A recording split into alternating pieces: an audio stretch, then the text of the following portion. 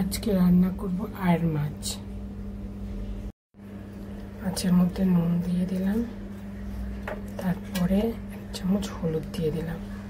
মাছটাকে ভালো করে মাখিয়ে নেব। গ্যাসে কড়াই বসিয়ে দিলাম, তেল দিয়ে দিলাম। তেলের মধ্যে একটু নুন দিয়ে দেবো, কারণ এই আয়ের মাছটা কিন্তু ফুটে, তার জন্য নুনটা দিলে ফুটবে না।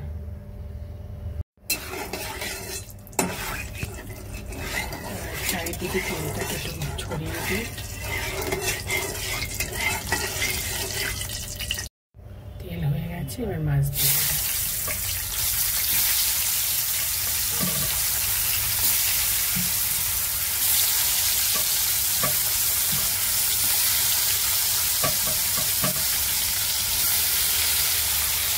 মাছটা ভাজা হলে কাপড় দিতে হবে।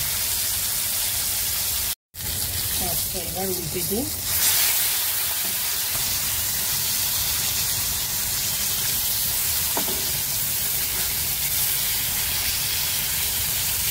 এই মাছ ভাজা হয়ে গেল। এবার এই মাছের তেলের মধ্যে একটু তেল দিয়ে দেবো।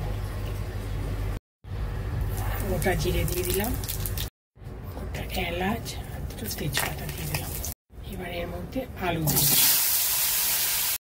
হলুদ দিয়ে দিলাম।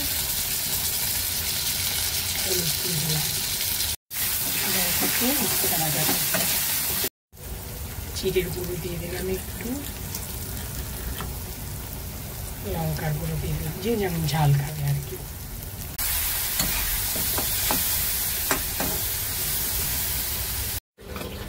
এবার একটু টমেটো কুড়িয়ে নিচ্ছি।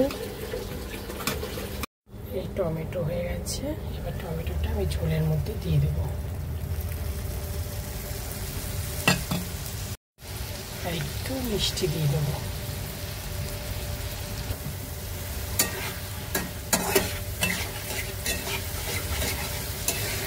ঝোলটা কষে গেছে, এবার আমি সামান্য জল দিয়ে দেবো।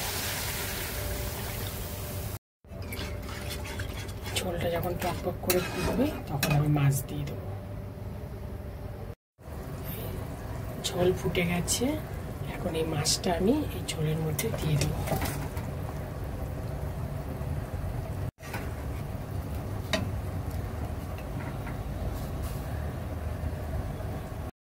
এবার একটু ময়দা নিয়ে নিলাম, তার মধ্যে একটু জল দিয়ে দেবো।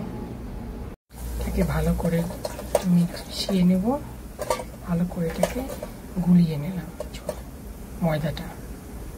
এবার এই ঝোলের মধ্যে দিয়ে দিলাম, যাতে ঝোলটা একটু ঘন হয়। মাছটা টক করে ফুটছে, মানে এক প্রকার রান্না হয়ে গেছে, আর একটু ফুটলে নামিয়ে দেবো।